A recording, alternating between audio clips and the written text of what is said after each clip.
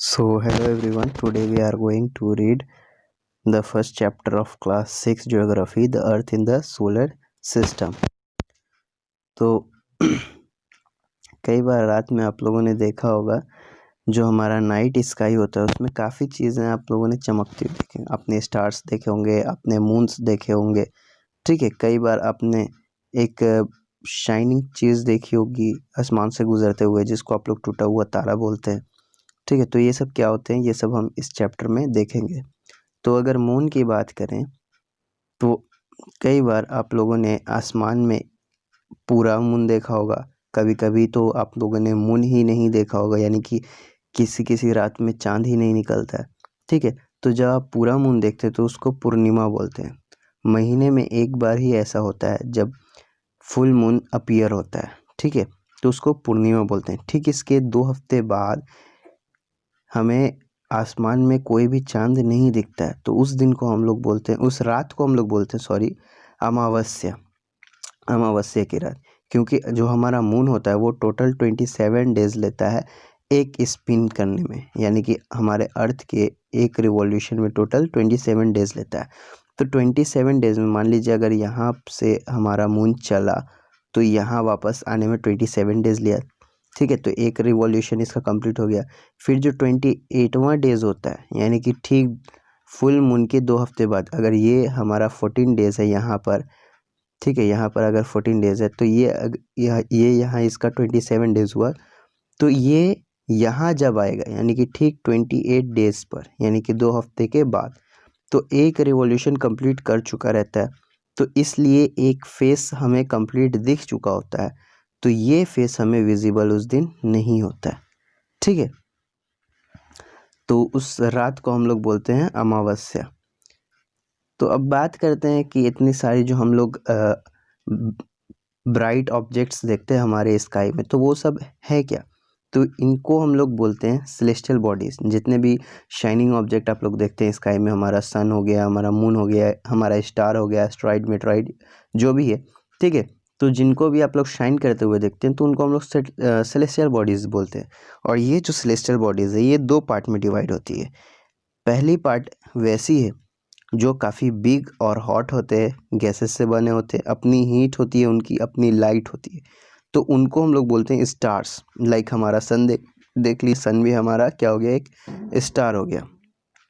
ठीक है, तो स्टार क्या होते हैं कि कई बार हम लोग देखते हैं कि काफ़ी अलग अलग पैटर्न हमारे स्काई में अपीयर होते हैं। लाइक ऐसा पैटर्न रहता है, 3 स्टार एक साथ है, ऐसा पैटर्न रहता है, कभी कभी बियर बना रहता है। ठीक है, तो अलग अलग पैटर्न होते हैं, तो वो जो पैटर्न होते हैं तो उनको हम लोग बोलते हैं कॉन्स्टलेशंस। तो उर्सा मेजर एक कॉन्स्टलेशन है हमारा, उर्सा मेजर, जिसमें एक कॉन्स्टलेशन आता है सप्तऋषि। सप्तऋषि पार्ट हो गया एक उर्सा मेजर कॉन्स्टलेशन का। कॉन्स्टलेशन आपको मैंने बता दिया क्या होता है, various patterns formed by stars.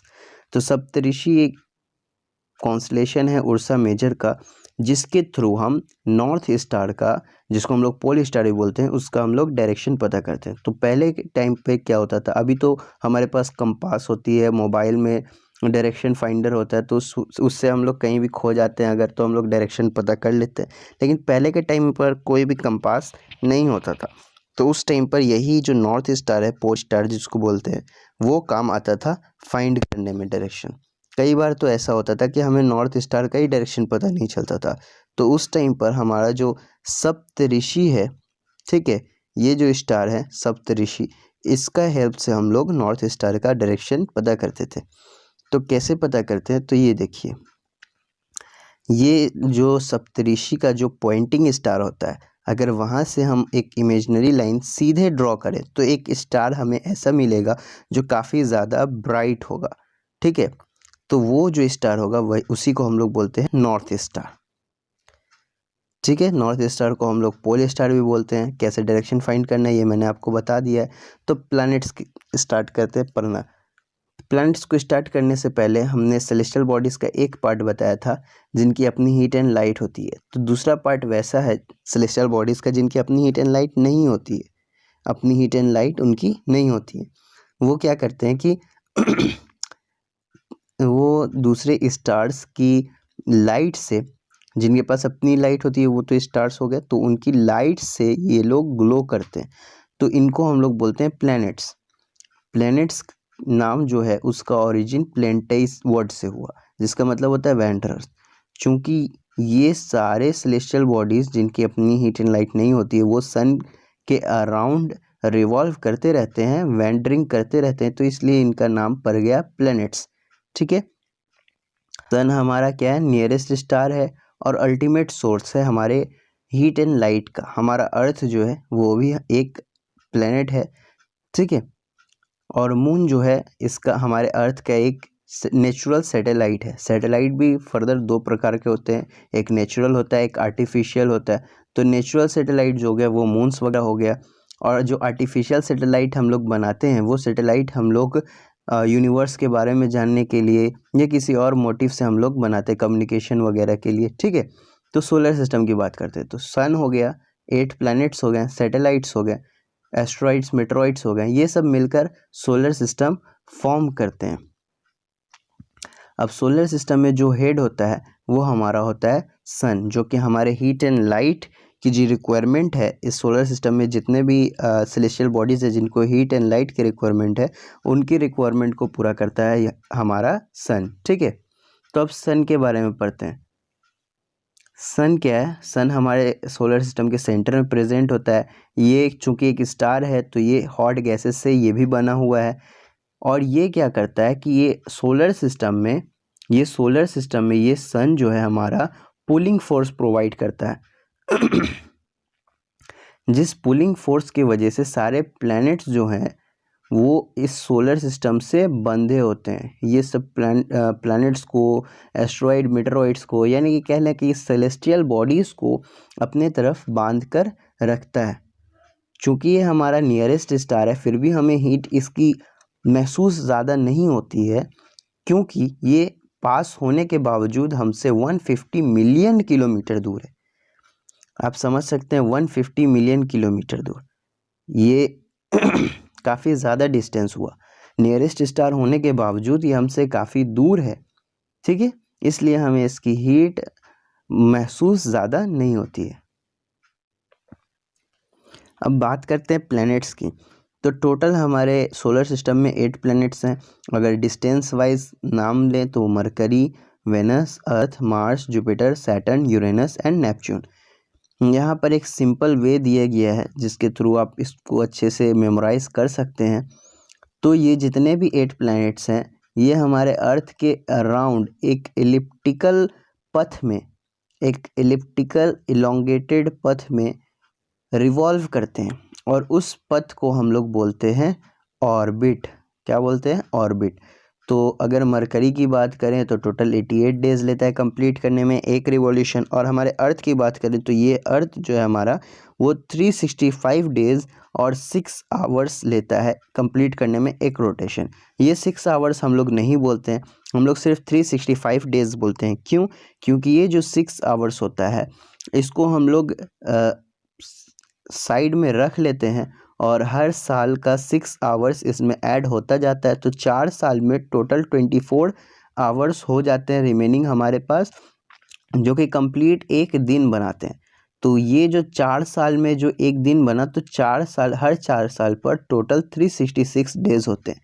और ये जो 360 डेज़ हैं, तो ये जो 360 डेज़ हैं, तो ये जो एक दिन बढ़ा, तो ये हम लोग फरवरी के मंथ में बढ़ाते हैं 29 फेब करके। ठीक है, ये 29 फेब करके हम लोग एक मंथ बढ़ाते हैं, और इसी ईयर को हम लोग कहते हैं लीप ईयर। तो प्लैनेट्स में क्या है कि अगस्त 2006 तक प्लूटो भी हमारा प्लैनेट हुआ करता था, लेकिन अगस्त 26 में जो हमारा इंटरनेशनल एस्ट्रोनॉमिकल यूनियन है उसने प्लैनेट्स होने की कुछ रिक्वायरमेंट्स जारी की एक लिस्ट में, और उन सारे रिक्वायरमेंट्स को प्लूटो हमारा मीट नहीं कर पाया। इस वजह से प्लूटो को डॉर्फ प्लैनेट कंसीडर कर दिया गया। अब बात करते हैं अर्थ की, तो अर्थ 3rd नियरेस्ट प्लैनेट हमारे सन के और 5th लार्जेस्ट प्लैनेट है इन टर्म्स ऑफ साइज़। हमारा जो अर्थ है हमारा जो अर्थ है वो पोल्स पर से फ्लैटेंड है और बीच में से बल्ज हुआ हुआ है, यानी कि फूला हुआ है। इसका जो शेप है वो जियोइड शेप है। जियोइड का मतलब ही होता है अर्थ लाइक शेप, ठीक है। तो ये एक ऐसा प्लेनेट है जहाँ पर लाइफ एग्जिस्ट करती है। क्यों? क्योंकि ये ना तो ये ज़्यादा हॉट प्लैनेट है ना ही ज़्यादा कोल्ड प्लैनेट है, और यहाँ वाटर और एयर है जो कि बेसिक नीड होती है सर्वाइवल के लिए। और यहाँ का जो एयर है उसमें लाइफ सपोर्टिंग गैसेस है, यानी कि ऑक्सीजन है हमारे यहाँ के अर्थ के एयर में। इसी वजह से हमारा सोलर सिस्टम में जो हमारा अर्थ है उसको यूनिक प्लैनेट कहा जाता है। अगर बाहर स्पेस से अगर हम लोग देखेंगे तो हमारा जो अर्थ है वो एक ब्लू प्लैनेट दिखेगा। क्यों? क्योंकि इसका जो 2 बाई एरिया है हमारे अर्थ का वो पानी से कवर है, वहाँ पर पूरा पानी ही पानी है, इसलिए हमारा अर्थ ब्लू प्लैनेट के नाम से भी जाना जाता है। और हमारे अर्थ का ही एक सेम साइज और शेप के जैसा एक प्लैनेट है वेनस, ठीक है। तो इसलिए हम लोग उसको वेनस को अर्थ ट्विंस कहते हैं। तो अब आ जाते हैं हम लोग मून की तरफ।